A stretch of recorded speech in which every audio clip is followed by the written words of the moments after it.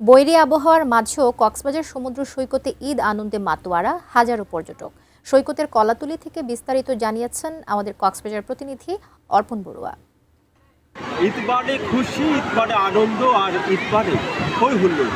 ঈদের আনন্দকে ভাগাভাগি করে নেবার জন্য দেশের বিভিন্ন জায়গা থেকে কক্সবাজার সমুদ্র সৈকতে সমবেত হয়েছেন হাজারো পর্যটক।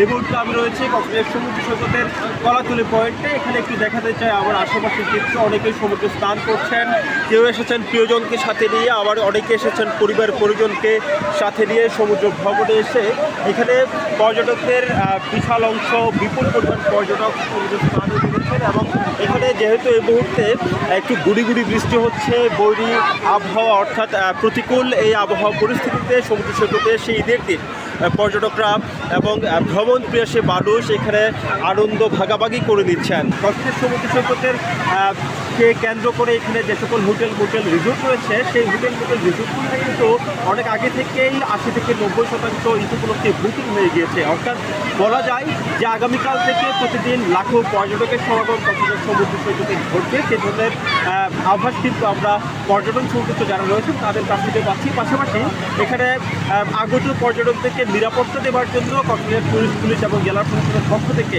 কয়েক স্তরের নিরাপত্তা বলে গড়ে তোলা হয়েছে। কক্সবাজার সমুদ্র সৈকত থেকে এটুকুই ছিল এখানকার সবচেয়ে।